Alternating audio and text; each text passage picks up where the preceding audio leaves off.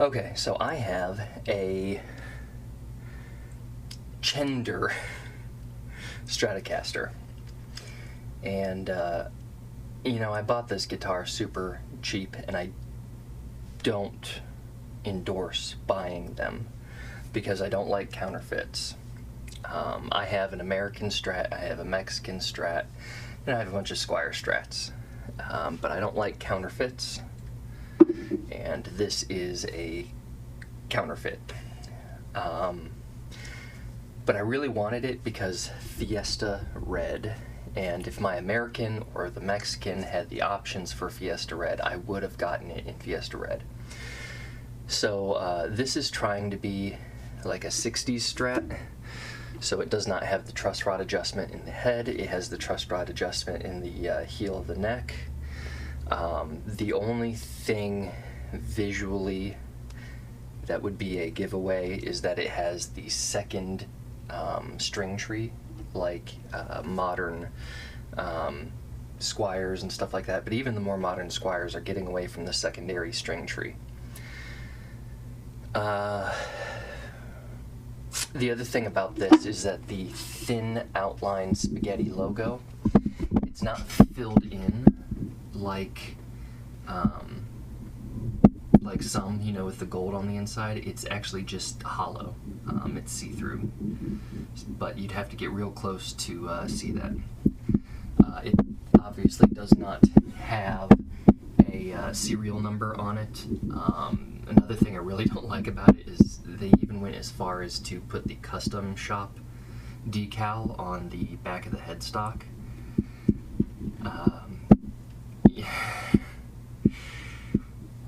Yeah, Chinese counterfeit all day long. When I got this guitar, it came with,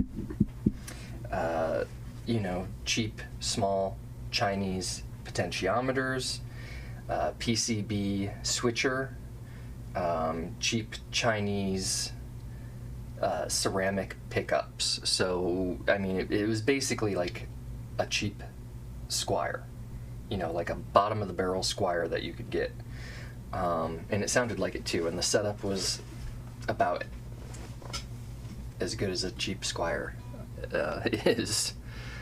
So after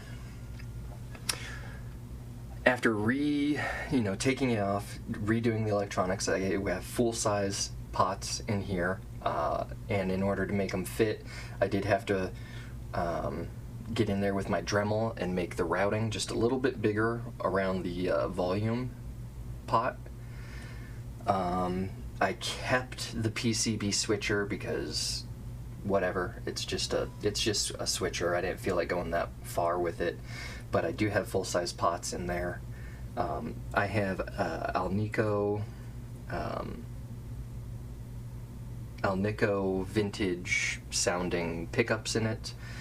And it came in a set of 3 that were bridge neck, so there wasn't one that was specified for middle, which that's fine anyway, because on the old Stratocasters back in the day, they just had a bin of pickups. There was no designation, they were just pulling from a bin and putting them in there. It was more about the position of the pickup than it was anything special about the pickup, like how it's wound and things like that. So I redid all the electronics. I did a setup on it, and you know, did a little fret end work, and I also rolled the fingerboard a little bit. I put on 9.5 gauge strings. This would have been Primo Slinky 9.5 through 44. I had to adjust the tremolo springs. They were set up in the configuration where the 2 outers go inward. You know, there's 5 spots here on the claw, and usually it's this center 3 that the springs are going to, so the 2 outers are kind of coming inward at an angle to those 2 on either side of the center. I found that the tension was too much, even when it was like floating. I struggled a lot to, not struggled a lot, but the tension was high. So I put those 2 springs on the outers, so they're 3 going straight. I adjusted the tension back and forth between the strings to where it is only floating about as much as the width of a orange Dunlop pick. So very minimal float, almost a straight float. Some of the things that I encountered after that was, well, now this guitar played and it played and sounded a lot better. And I've always wanted to do like kind of a Strat Shoot-out. I was really surprised at how well this sounded. I don't know if it sounds actually good, but it was quite an improvement from the previous pickups and electronics that it had in it. And maybe I was tired and it just sounded really good through my Pro Reverb amp. But I'm gonna shoot this out in between this, my Mexican, and my American Strat, and maybe I'll throw one or two of my own personal builds in with it. That was, you know, a couple Partscasters that I have.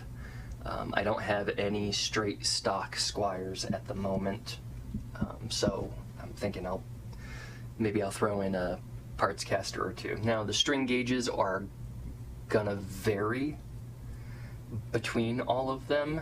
I believe that I've never changed the strings between my Mexican and my American. So those would be the standard Fender 9s. I believe it was Fender 9 through 46 probably, and this is 9.5 through 44. So very minimal difference on the strings. I'm not sure what is on. I know one of my Partscasters has heavy gauge strings on it, but the other I don't think does. So I'll throw only one of the Partscasters in there, and it might have 10s or something like that on it. I'm not quite sure. But there will be a little difference in string gauges, but we'll see how the pickups sound in the shootout of the guitars.